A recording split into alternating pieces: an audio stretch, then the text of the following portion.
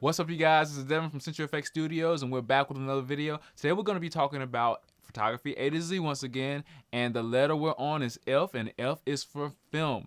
Now, film is essentially a little piece of plastic with gelatin coated emulsion for the exposure in your camera.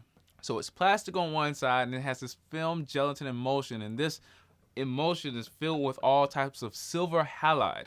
That word silver comes back for capturing images and being sensitive to light and exposure. Now, paper film was first invented by George Eastman back in 1885, but then he moved to celluloid film in 1888 and 1889. Much like the daguerreotype, film, it was a chemical construct, and it was dangerous when they first started out with it. So they go from cellulose film to nitrocellulose film to acetate film, and then lastly they went to polyester film, which led all the way up to the 1990s. Now, this new invention of film had to be used in some sort of camera, so therein lies the first camera in 1888 along with this new celluloid film that was invented by George Eastman. Now, this camera was called the Kodak, and I'd be remiss if I did not mention the camera of all cameras, the camera that got people enthused about photography, came out about 12 years later, and it was called the Kodak Brownie.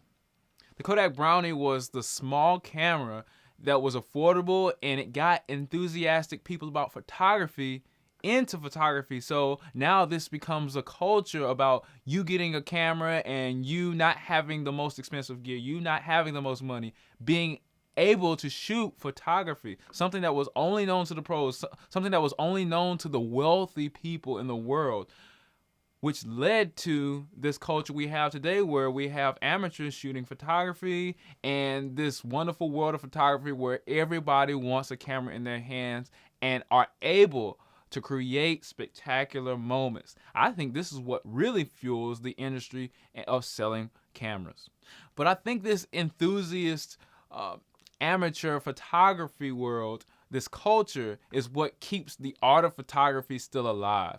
Because if you think about it, the cell phone does everything for you, but if it wasn't for cameras like the Kodak Brownie in 1900 that helped propel film and enthusiast people buying cameras, then we probably wouldn't have cameras as a mainstay. We would probably just have cell phones as a mainstay, and professionals would just use high-end DSLRs. There would be no middle ground, nobody encouraging Canon and Nikon and Sony to create the best cameras, to create great cameras that everybody can just use.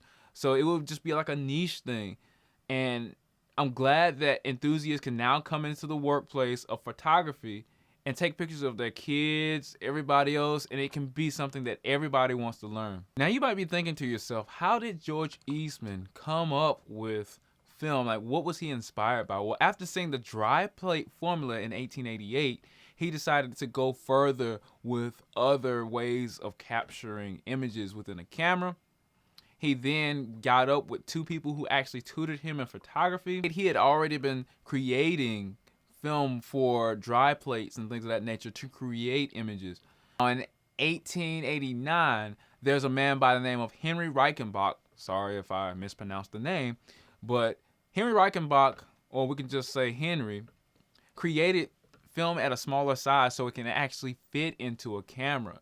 So after he created the first camera, they started to make it more usable for these smaller cameras. Now let's get into some mainstays. Now, I don't shoot film, but hopefully in the future, the near future, I talked to a friend and he's gonna let me shoot film and process it and get that whole experience. But for now, let's get into what really the mainstays of film, the sizes and all of that stuff. Now, film came in a few sizes. You had 16, 24, you had 35, you had 46 millimeter and 62 millimeter. There were different types of film, and different film had different advantages, much like photography today, like RAW versus JPEG. Now, you had two main types of film. You had reversal film and you had negative film.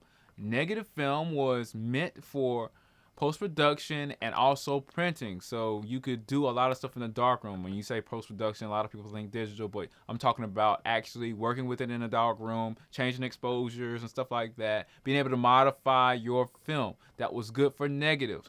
Now you have the reversal film, and reversal film was good for transparency and color accuracy. Now you have the speed of the film, ISO or ASA. ISO is what we use today. the International Standardization Organization, and then you have ASA, the American Standards Organization. All of these are just standards of value for the sensitivity of your sensor, camera, film, whatever you're using to capture that image. So when we're talking about film, typically you see ASA, but the newer film probably has ISO on it now. So the slower film was like, 100, 400, stuff like that, 400 and below.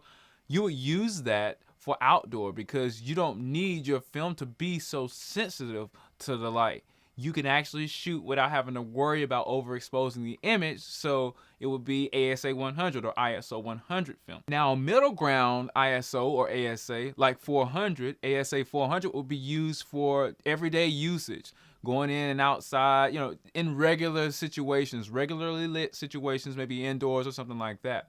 Now, faster film that was faster than 400, you're talking about fast action, trying to capture somebody in motion, doing things like that.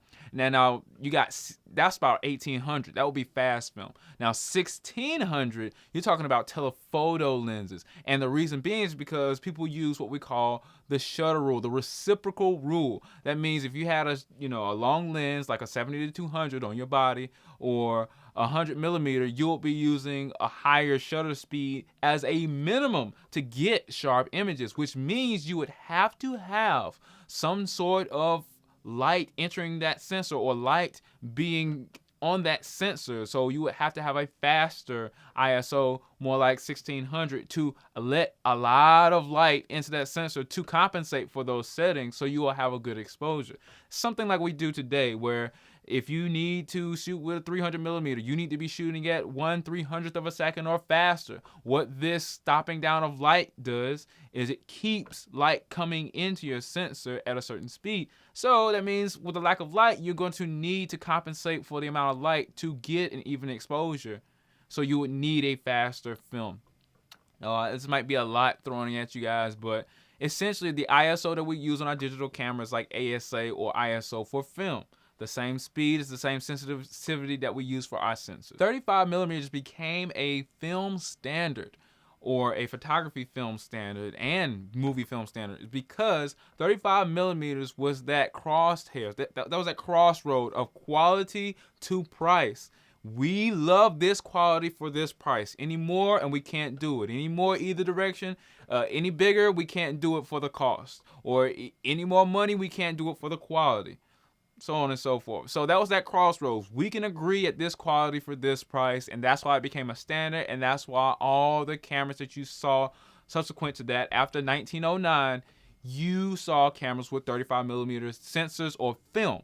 There's way more film cameras. So film was the standard, and it had 35 millimeter, and now the full frame 35 millimeter sensor is that same size. For digital, it doesn't make as much sense because digital doesn't cost remotely as much as film does, but I guess they just piggyback that same standard off of the film cameras, and then they made APS-C size sensors, which were smaller, and then micro four thirds sensors, CX sensors, 1-inch sensors, so on and so forth. But essentially, that's all I wanted to talk about with you guys today on film. There's a lot you can talk about with film. Like I said, I haven't had my own hands-on action with film, so I'm probably going to have a lot more to show you about film, but this is just photography A to Z, getting your feet wet on what terminology we're talking about today. We're defining it, trying to give you a bearing so you feel like you know it, talking about silver halide and all the gelatin that's in it. It's gelatin, it's plastic, all these little things that you see every day, you might see every once in a while or see it in